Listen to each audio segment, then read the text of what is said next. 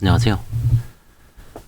홍영필 변호사입니다. 이번 시간에는 개인회생 절차 개시 신청 기각 사유인 신청이 성실하지 아니한 때의 의미 및 판단 기준에 대해서 서경환 서울회생부 원장님이 평석을 한번 같이 공부하겠습니다. 사건은 이제 10년 전 결정이지만 아주 중요한 기준이 되기 때문에 중요한 판례로 선정해서 한 것 같습니다. 사안은 복잡하진 않습니다. 채무자는 제주도청 기능직 공무원으로 근무하고 있었는데 채무자의 처가 납품 사업을 운영하다가 재정 파탄에 빠졌고 그 과정에서 채무자 명의로 대출, 채무 보증, 다액의 채무가 누적되었다. 이런 사례는 저도 해봤지만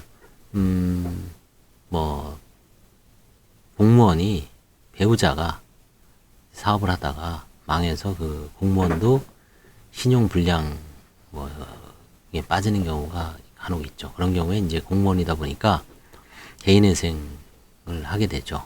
채무가 넘으면 이제 일반회생.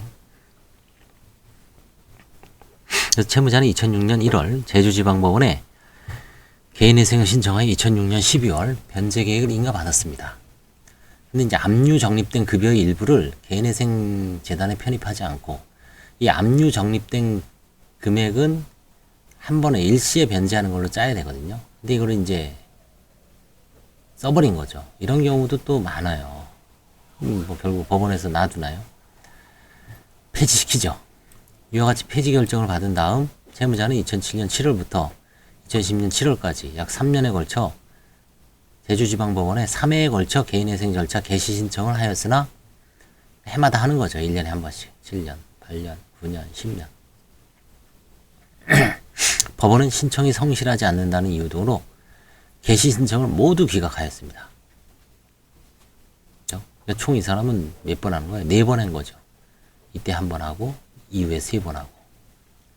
채무자는 2010년 11월 5일 다시 개인회생 절차 개시 신청을 하였는데 5번째죠. 한 번, 3번, 4번, 5번. 5번째 도전한 겁니다. 채무자는 2010년 11월 5일 다시 개인회생 절차 개시 신청을 하였는데 제1심은 2010년 11월 16일 채무자가 신청일 전 10년 이내에 개인회생을 신청한 사실 중 일부 기재를 누락하였고 이미 3차례 개시 신청이 기각된 후에 별다른 사정 변경 없이 다시 이 사건 신청을 하는 등 신청이 성실하지 아니하다는 이유로 채무자회생법 595조 제7호를 적용하여 개인회생 절차 개시 신청을 기각하였습니다. 채무자는 1심 결정에 대하여 항고하면서 당초 신청 시 과거 신청 내역 3건 중 1건을 착오로 누락하였고 이를 보완하였습니다. 항고심은 채무자가 3번에 걸쳐 개인회생 절차 개시 신청을 하였으나 개인회생 절차를 남용하여 채권자의 권리 행사를 방해하였다는 등의 사유로 신청이 기각된 사실이 인정되고 기각 결정 이후 특별한 사정 변경이 없음에도 또다시 개인회생 절차 개시 신청을 하는 것이 그 자체로 신청이 성실하지 아니한 때에 해당한다는 이유로 항고를 기각하였습니다. 채무자가 대법원에 재항고하였습니다. 대법원에서는 파기환송했습니다. 결정 요지는 법원이 채무자회생법 제595조 제7호에서 정한 그 밖에 신청이 성실하지 아니한 때에 해당한다는 이유로 채무자의 개인회생 절차 개시 신청을 기각하려면 채무자에게 같은 조 1호 내지 5호에 준하는 절차적인 잘못이 있거나 채무자가 개인회생 절차 진행에 따른 효과만을 목적으로 하는 등 부당한 목적으로 개인회생 절차 개시 신청을 하였다는 사정이 인정되어야 한다. 관련 규정 및 입법례를 보겠습니다. 채무자회생법 595조는 개인회생 절차 개시 신청이 기각 사유로 채무자가 신청권자의 자격을 갖추지 아니한 때 대표적인 게 이제 채무가 5억 예전에는 5억 10억 10억 15억을 넘어가는 경우가 있죠. 그때는 자격이 자체가 없죠. 다른 제도를 이용해야 되죠. 그 다음에 2호는 신청 시 첨부 서류를 제출하지 않거나 허위로 작성하거나 제출 기한을 준수하지 아니한 때. 개인회생에서도 서류를 위조하는 경우가 간혹 있습니다. 그렇죠? 공시지가 같은 걸 위조해서 청산 가치를 낮추려고 위조하는 경우도 있다고 하더라고요. 그 다음에 제출기한을 준수하지 아니한 때 14일 이내에 변제계획안을 내야 되는데 뭐 마냥 그냥 세워라 내워라 하고 안 내는 경우. 그 다음에 신청 시 첨부 서류를 제출해야 되죠. 기본적인 첨부 서류, 뭐 진술서라든가 재산 목록, 그죠? 그 다음에 수입 지출 현황, 재산 목록, 진술서, 그 다음에 채권자 목록, 채권자의 주소록 이런 거 제출해야 되는데 부실하게 내는 거죠. 그 다음에 허위 작성 아까 얘기했죠. 2호. 그 다음에 3호는 절차 비용을 납부하지 않은 때, 뭐 인지대라든가 송달료, 그 다음에 회생위원, 외부 회생위원 예납 비용 15만 원에 30만 원이죠. 이 비용도 낮네. 특히 송달료 같은 거 납부를 안 하면은 절차가 진행될 수가 없습니다. 채권자들한테 우편으로 다 보내야 되거든요. 지금 1회 납 비용이 많이 올랐죠. 5,200원입니다. 그래서 개인회생이나 파산에서도 이제 송달료만 해도 뭐 10명이면 기본적으로 이제 한 4, 50만 원 나오더라고요. 그 다음에 4호는 변제계획안의 제출기한을 준수하지 않은 때. 동시에 제출하죠, 요즘은 미리. 근데 이제 원칙적으로는 14일 이내에, 개인회생 신청한 날로부터 14일 이내에 제출해야 됩니다. 근데 그거를 만약에 14일 이내에 제출하지 않고, 마냥 뭐, 세워라 내워라, 계기면은 기각시킬 수가 있죠. 자, 그 다음에 5호는 신청일 전 5년 이내에 면책을 받은 사실이 있을 때. 이게 파산에서는 면책 불허가 사유로 돼 있죠. 개인 파산 한번 면책받고 7년, 개인회생은 5년 이내에 다시 파산 면책을 신청하면 면책 불허가 사유로 돼 있는데 개인회생에서는 면책 불허가 사유는 아니고요. 그냥 기각 사유로 돼 있습니다. 그 다음에 개인회생 절차에 의함이 채권자 일반의 이익에 적합하지 아니한 때. 이게 대표적인 사유는 채무자가 부동산이 있는데 이 부동산을 자기 부동산이 아니라 다른 사람의 명의 신탁이라고 주장하면서 청산가치에 반영하지 않고 그냥 개인회생을 신청했을 때 이런 경우에는 일반 이익이 채권자들한테 불이익한 상황이기 때문에 개인회생을 받아들이지 않습니다. 요거에 해당되는 케이스가 교과서에 있습니다. 그 밖에 신청이 성실하지 아니하거나 상당한 이유 없이 절차를 지연시킨 때, 뭐 보정 잘 응하지 않는 경우가 있죠. 신설이 성실하지 아니하고. 대상 판결에서 쟁점이 된 기각사유는 7호 중 신청이 성실하지 아니한 때의 판단 기준이다. 불성실한 때. 한편 309조는 이건 파산이죠. 파산 신청이 기각사유를 정하고 있는데 1항 5호에서 그 밖에 신청이 성실하지 아니한 때를 들고 있고 2항에서는 파산 신청이 파산 절차의 남용에 해당한다고 인정되는 때를 추가하고 있습니다. 미국 연방파산법 1307조 C는 우리 개인회생 절차와 유사한 13장 절차의 기각사유를 열거하고 있는데 신청이 불성실한 경우 bad faith는 명문이 기각사유를 규정하고 있지 않습니다. 그러나 연방대법원이 2007년 마라마 판결 마라마 대 시티즌 뱅크 오브 매사추세츠에서 신청 불성실을 이유로 신청을 기각하는 4급심 판결들을 승인한 이래 신청 불성실이 파산법원의 재량적 기각 사유로 자리 잡았다고 합니다. 일본은 민사재생이라고 합니다. 개인 회사 갱생, 민사는 재생이라고 합니다. 개인 파산, 개인 회생은. 일본은 민사재생법 25조 제4호에서 부당한 목적으로 재생 절차 개시 신청을 하거나 그 밖에 신청이 성실하지 아니한 때를 기각사유로 규정하고 있습니다. 자, 그럼 신청이 성실하지 아니한 때의 판단 기준은 뭐냐? 개인회생 절차 개시 신청이 기각사유로 규정한 채무자회생법 595조에서는 파산 신청의 경우 309조 2항과 달리 개인회생 절차의 남용을 기각사유로 따로 규정하고 있지 않지만 하급심 실무상 7호 신청 불성실에는 개인회생 절차의 남용이 포함된 것으로 해석하고 있었는데 대상결정은 이를 분명히 하였답니다. 대상결정은 신청 불성실이 판단 기준으로 채무자에게 595조 1호에서 5호죠. 아까 열거했죠. 뭐 허위 서류 제출하거나 제출 기한을 준수하지 않거나 그다음에 5년 이내에 신청하는 경우 뭐 이런 여러 가지 서류가 있었죠. 사유가 제출기한을 준수하지 아니한 경우, 절차적인 잘못이죠.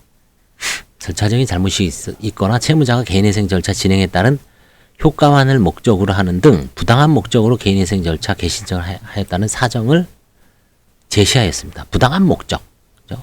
부당한 목적, 뭐 강제 집행을 스톱시키기 위해서, 경매를 중지시키기 위해서, 월급에 대한 압류 추심을 스톱시키기 위해서. 대법원 후속 결정에서 부당한 목적으로 개인회생 절차 개신청을 하였는지는 신청에 이르게 된 경위, 채무의 규모, 발생 시기 및 사용 내역, 강제 집행 대상 재산의 유무, 변제 계획안의 내용 등 여러 가지 사정을 종합하여 판단해야 한다고 기준을 제시하였습니다. 이게 대법원 2012년 2011마 2392 결정이라고 합니다. 자, 그러면 이제 신청 불성실 여부 판단에 대한 구체적 사례를 한번 쭉 하고 있습니다. 이 사안과 비슷하죠. 폐지 후의 반복적인 개인회생 신청. 이 사람은 한번 폐지가 되고 2007년부터 10년까지 1, 2, 3 세 번 내고 그 다음에 이 사건 네 번째 내다가 이제 대법원에 파기가 됐죠.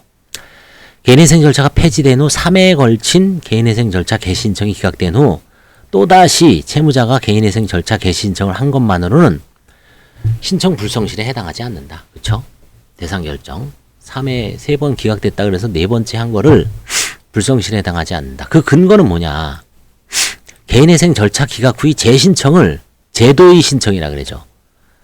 법에서 금지하고 있지 않냐. 그 다음에 반복적인 신청만을 이유로 하는 기각을 허용하면 사실상 채무자의 회생의 길은 완전히 봉쇄되죠. 그 다음에 최초의 개인회생 절차 폐지 시부터 오랜 기간이 경과하여 사정조항이 발생하였을 가능성은 높죠. 사정조항이 발생했을 때는 당연히 신청을 허용해야 되죠. 자, 그 다음에 수입을 벗어난 과도한 소비생활. 채무자가 물리치료사로서 적지 않은 수입이 있음에도 수입을 초과한 낭비성 지출 등 과도한 소비생활로 다액의 채무를 발생시킨 후 개인회생 절차 개신청을 한 것만으로는 신청 불성실에 해당하지 않는다. 그렇죠? 개인 파산에서는 과다한 낭비로 인한 과대한 채무 부담을 면책 불허가 사유로 규정하고 있죠. 10번째죠, 이게. 개인회생 절차에서는 과다한 낭비가 면책 불허가 사유에 해당하지 않습니다. 그래서 이거를 뭐 과다한 채무가 있다는 이유만으로 신청 불성실에 해당한다고 볼 수는 없다.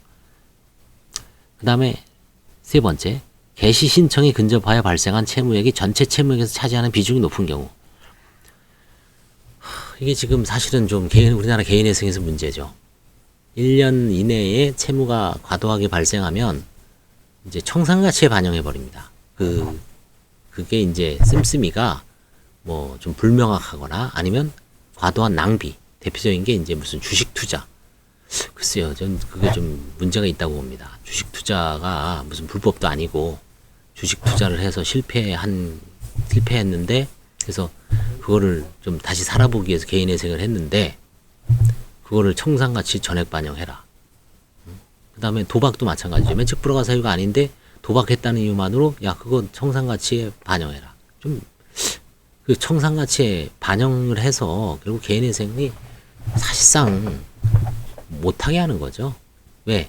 변제 금액이 200, 300 나오는데 뭐 40만 원, 50만 원을 사르는 얘기인데 내 죄를 내가 알렸다. 너는 그런 바보 같은 낭비짓을 하고 쓸데없이 주식 투자를 하고 코인에 투자해서 빚을 져서 채권자한테 피해를 받게 했으니까 그거는 100% 너가 짊어져야 될 좀 이상하죠. 사실은 면책 불허가 사유도 아닌데 아무튼 개신청이 근접하여 발생한 채무액이 전체 채무액에서 차지하는 비중이 높은 경우 이게 불성실이냐.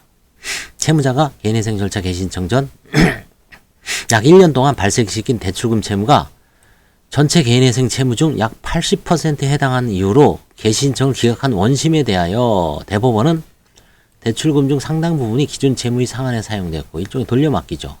나머지도 채무자의 생활비, 범칙금 납부 등으로 사용된 사정에 비춰보면 개인회생 절차 개신청이 근접하여 발생한 채무액이 전체 채무액에서 차지하는 비중이 높다는 사정만으로는 신청 불성실에 해당하지 않는다고 원심을 파기했습니다. 2013년도에. 한편 채무자가 개인회생 절차 개신청 1년 전 이내에 총 채무액의 50%에 상당하는 대출을 받아 그중 대부분을 주식 매수 자금으로 사용하였고 보정명령에도 불구하고 그 대출금의 사용처를 밝히지 않은 경우에 채무자의 개시 신청이 신청 불성실에 해당한다고 보아 기각한 하급심 결정례는 있습니다. 그렇죠? 이 경우에는 보정명령에 불응하고 대출금 사용처를 제대로 밝히지 않은 거죠. 개인회생 절차를 진행할 의사가 없으면서 강제 집행을 피할 목적으로 개시 신청하는 경우. 일본에서는 채무자가 재생 절차를 진행할 의사가 없이 보전 처분이나 중지 명령 등을 얻어 일시적으로 채권자의 권리 행사를 피한 후 자산을 은닉하기 위한 목적으로 재생 신청을 한 경우를 신청 불성실이 전형적인 예로 보고 있다고 합니다. 우리나라의 경우 개인회생 절차를 진행할 의사가 없으면서 강제 집행을 피할 목적으로 신청을 한 사안에 관하여 언급한 대법원 판례는 없으나 부당한 목적으로 개시 신청을 한 전형적인 사례로 신청 불성실에 해당한다고 볼 여지가 충분하죠. 제가 이제 어디 방송에서 언급할 적도 있겠지만 개인회생에서 이제 임의경매를 그 개인회생 인가결정까지 중지할 수 있기 때문에 경매를 좀 중지시켜 놓고 이제 악용한 사례가 있을 수 있죠. 그래서 이제 가압류, 선행 가압류가 있을 때 그 가압류를 취소한다거나, 근데 이제 그래서 그 가압류는 나중에 변제계획안에 특별히 실효를 변제계획 인가 후에 실효하는 걸로, 다 변제한 후에 실효하는 걸로 이제 특별히 규정을 하고 있죠. 그런 악용을 방지하기 위해서. 자, 그 다음에 파산 절차의 남용과 개인회생 절차의 남용, 이게 좀 구분하자는 게 이 지금 원장님의 최종 결론입니다. 앞서 본 바와 같이 파산 절차에서는 개인회생 절차의 기각과 달리 파산 절차의 남용을 기각사유로 2항에 명시하고 있죠. 불성실하고 남용을 따로 두고 있어요. 근데 개인회생에서는 개인회생 절차의 남용이라는 얘기는 없고 그냥 불성실만 돼 있죠. 이게 왜 이렇게 됐을까? 대법원 2011년 1월 25일자 2010마 1554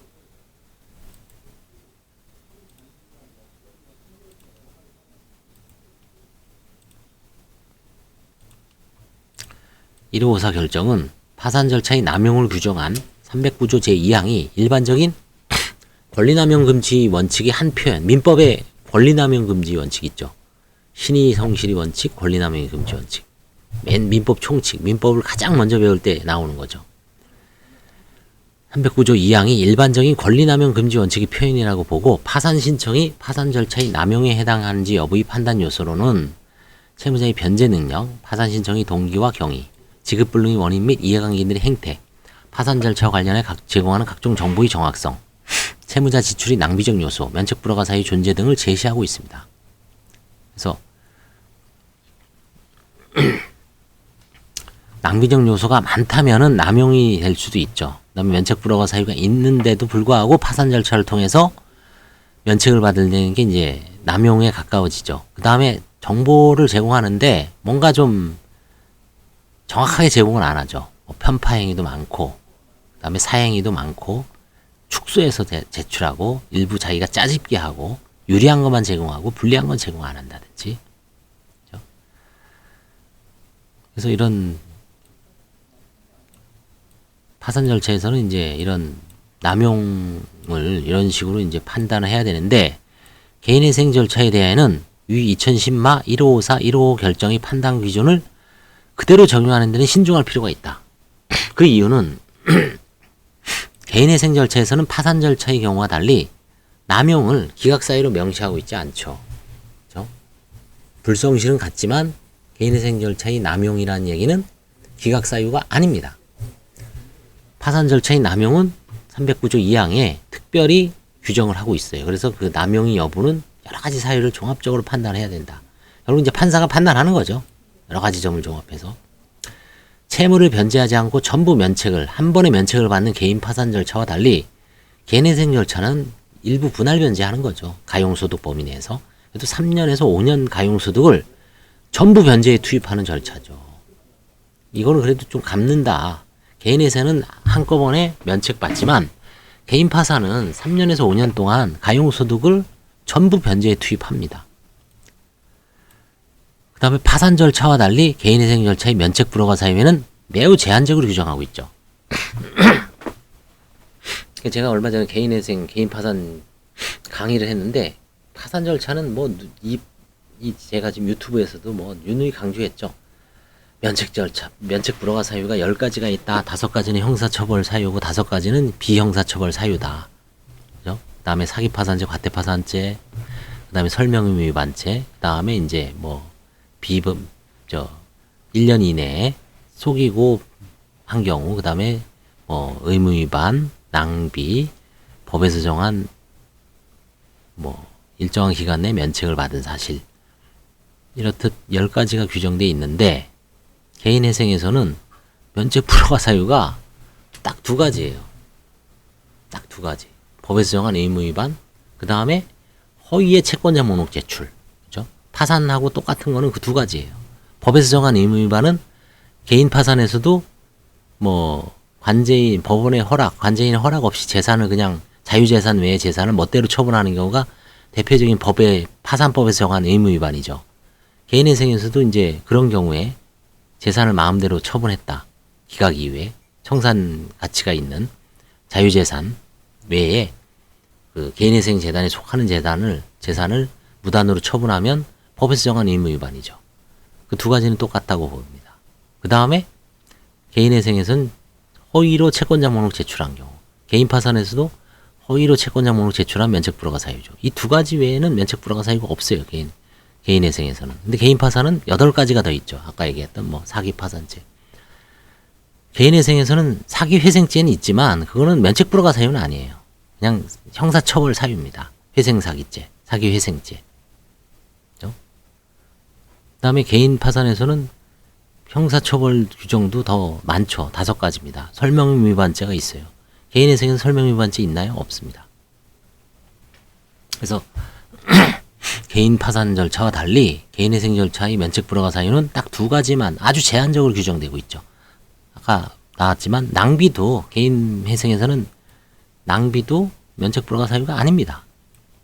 그 다음에 일반적인 사법 절차, 사법상 권리남용 금지 원칙을 도산 절차에 도입할 경우 자칫 판사에게 개인회생 신청이 기각에 대한 광범위한 재량을 부여한 것으로 실무가 운영되면 담당 판사의 개인 도산 제도에 대한 가치관에 따라 편차가 발생할 우려가 있다는 점을 들 수 있습니다.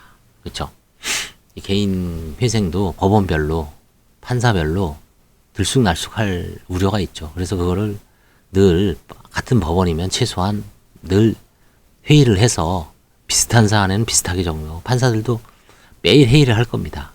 매일은 아니지만 일정한 기간 동안 비슷한 사안을 유형화시키죠.